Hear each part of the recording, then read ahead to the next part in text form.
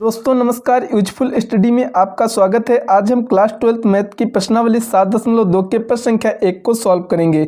तो प्रश्न संख्या 1 आपका दिया गया है समाकलन 2x बटा 1 plus x square into D x. इसका आपको क्या ज्ञात करना है? समाकलन ज्ञात करना है। तो वैसे तो समाकलन ज्ञात करने की उदाहरण में आपको 2-3 विधियाँ दी गई हैं, लेकिन जो सबसे अच्छी विधि है वो आपकी प्रतिस्थापन विधि से है। तो हम यहाँ पर प्रतिस्थापन विधि से समाकलन कैसे ज्ञात किया जाता है ये हम सीखेंगे।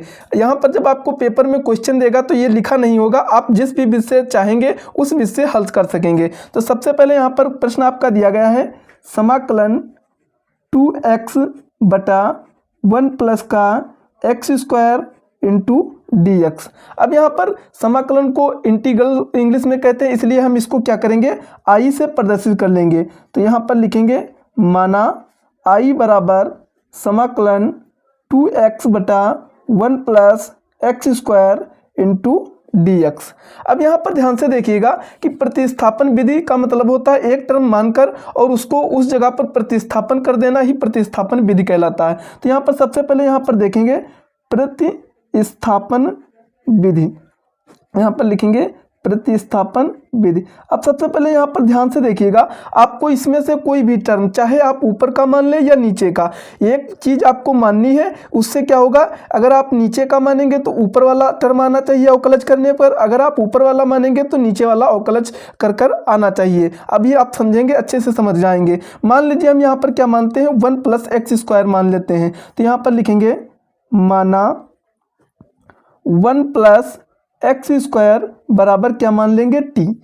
अब हमने क्या किया, माना 1 प्लस एक्स बराबर एक्स स्क्वायर बराबर टी। अब हम क्या करेंगे, इसका एक्स के सापेक्ष अवकलन करेंगे। तो लिखेंगे एक्स के सापेक्ष अवकलज करने पर, अवकलज करने पर अब हम क्या करेंगे, इसका एक्स के सापेक्ष अवकलन करेंगे। तो यहाँ पर ध्यान से देखिएगा 1 प्लस एक्स स्क्वायर बराबर टी। अब 1 का क्या हो जाएगा 0 और प्लस x का क्या हो जाएगा, x का स्क्वायर है तो आगे आ जाएगा, तो क्या हो जाएगा 2x बराबर यहाँ पर क्या हो जाएगा dt अपान dx हो जाएगा। क्या हो जाएगा, dt अपान dx हो जाएगा। यहाँ पर क्या था 2x और dx बटे में था, इधर आएगा गुणे में हो जाएगा 2x इंटू डी एक्स। ये हमारा 2 है, 2x इंटू डी एक्स बराबर क्या हो जाएगा dt। ये हम मान लेंगे समीकरण 1 है। अब यहाँ पर ध्यान से देखिएगा, जहाँ पर हमने 2x dx लिखा होगा वहाँ पर हम dt लिख सकते हैं।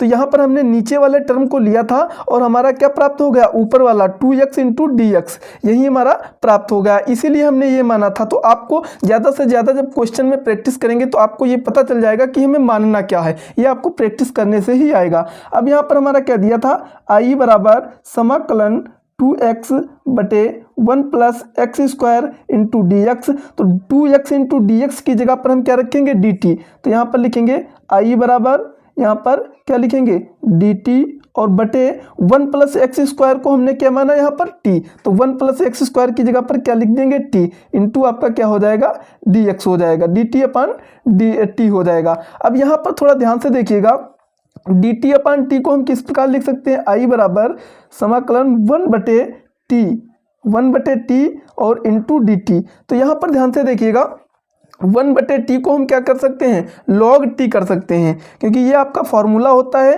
कि 1 बटे टी को हम क्या लिख सकते हैं, log माड t लिख सकते हैं, माड बंद हो जाएगा। प्लस यहाँ पर जब हमने समाकलन किया तो हमारा क्या हो जाएगा, नियतांक जो होता है समाकलन का नियतांक c, वो आपका यहाँ पर जुड़ जाएगा। अब यहाँ पर ध्यान से देखिएगा, ये हमने t यहाँ तक आंसर आप लिख देंगे तो आपका गलत हो जाएगा, क्योंकि हमने t यहाँ पर माना था। t किसको माना था, तो 1 प्लस एक्स स्क्वायर को हमने क्या माना था, t। तो अब हमें क्या लिखना होगा, जहाँ पर आपका t है तो log माड 1 प्लस का एक्स स्क्वायर माड बंद प्लस का आपका c, ये आपका क्या हो जाएगा, इस क्वेश्चन का राइट आंसर हो जाएगा। तो हम उम्मीद करते हैं कि आप सभी को ये समझ आ गया होगा, क्योंकि प्रतिस्थापन विधि में आपको एक टर्म मानना होगा। आप कोई भी चाहे ऊपर का मान सकते हैं चाहे नीचे का, लेकिन ये डिपेंड करता है कि अगर आप नीचे का मानेंगे तो ऊपर का आना चाहिए अवकलज करने पर, अगर ऊपर का टर्म मानेंगे तो अवकलज करने पर नीचे का टर्म आना चाहिए।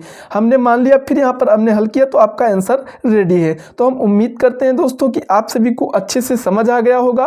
फिर भी अगर इस क्वेश्चन से रिलेटेड आपका कोई भी डाउट रहता है तो आप हमारे कमेंट सेक्शन में कमेंट्स कर सकते हैं, हम उसका अवश्य रिप्लाई देंगे। अगर आप वीडियो पिछला क्लास से देखना चाहते हैं तो चैनल को सब्सक्राइब जरूर करिएगा, और वहाँ पर प्लेलिस्ट हमने हर एक एक्सरसाइज की बना रखी, आप आसानी से स्टार्टिंग से देख सकते हैं और मैथ को अच्छे से सीख सकते हैं। तो मिलते हैं दोस्तों नेक्स्ट वीडियो में, तब तक के लिए जय हिंद जय भारत।